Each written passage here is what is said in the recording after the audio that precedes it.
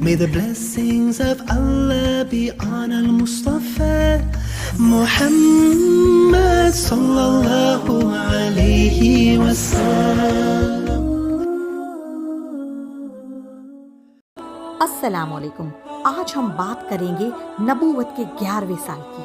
सन 1190 के हज के मौसम में इस्लामी दावत को कुछ काम के बीज मिले जो देखते देखते छतनार पेड़ों में बदल गए और उनकी सुगंधित और घनी छाओं में बैठकर मुसलमानों ने वर्षों के जुल्म व सितम की तपन से राहत व निजात पाई। यहाँ तक कि घटनाओं की दिशा बदल गई और इतिहास की धारा मुड़ गई।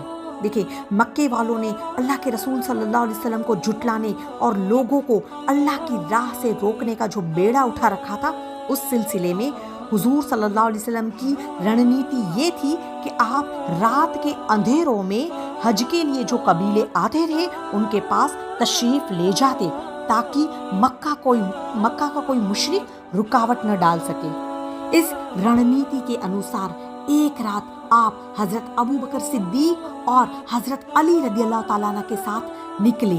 आप मीना की घाटी से गुजरे तो कुछ लोगों को आपस में बातचीत करते सुना। आपने सीधे उनका रुख किया और उनके पास जा पहुंचे। ये सब लोग यसरिब यानी कि मदीना के 6 जवान थे और सब के सब कबीला खजरज से ताल्लुक रखते थे। यहाँ पहले हम थोड़ी सी बात मदीना के मुतालिक करेंगे। मदीना का पुराना नाम यसरब है। जब हुजूर सल्लल्लाहु अलैहि वसल्लम वहाँ तशरीफ़ ले गए तो इसका नाम मदीनतुन नबी यानी कि नबी का शहर पड़ गया। फिर ये नाम मुख्तसर होकर मदीना मशहूर हो गया। तारीखी हैसियत से ये बहुत पुराना शहर है। हुजूर ने जब ऐलान नबूवत फरमाया तो इस शहर में अरब के 2 कबीले औस और खजरज और यहूद के 3 कबीले आबाद थे। औस व खजरज कुफ्फारे मक्का की तरह बुत परस्त और यहूदी जो थे वो अहले किताब थे। औस और खजरज पहले तो बड़े इत्तेफाक व इत्तेहाद के साथ रहते थे, मगर फिर अरब की फितरत के मुताबिक उन दोनों कबीलों में लड़ाइयाँ शुरू हो गई।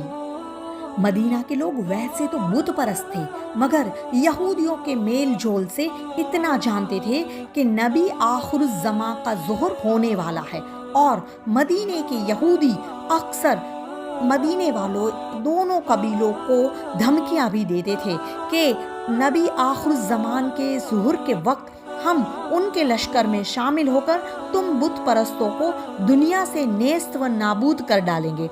इसीलिए नबी आखिरुज़्ज़मान की तशरीफ़ आवरी का यहूद और मदीना के इन दोनों कबाइल का इंतज़ार था। तो मीना की उस घाटी में हुजूर जब मदीना के खजरज कबीले के उन 6 जवानों से मिले तो उन्हें कुरान की चंद आयतें सुनाकर उन लोगों को इस्लाम की दावत दी, जिससे ये लोग बेहद मुतासिर हो गए।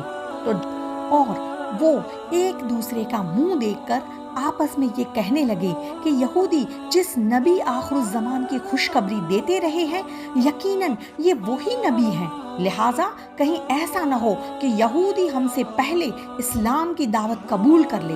ये कहकर ये लोग एक साथ मुसलमान हो गए। इसके बाद जब ये लोग मदीना वापस हुए तो अपने साथ इस्लाम का पैगाम भी ले गए। चुनाचे वहाँ घर घर रसूलुल्लाह की चर्चा फैल गई। मजीद इसी साल शव्वाल सन 1190 में अल्लाह के रसूल सल्लल्लाहु अलैहि वसल्लम ने हज़रत आयशा रज़ियल्लाहु ताला अन्हा से निकाह फरमाया।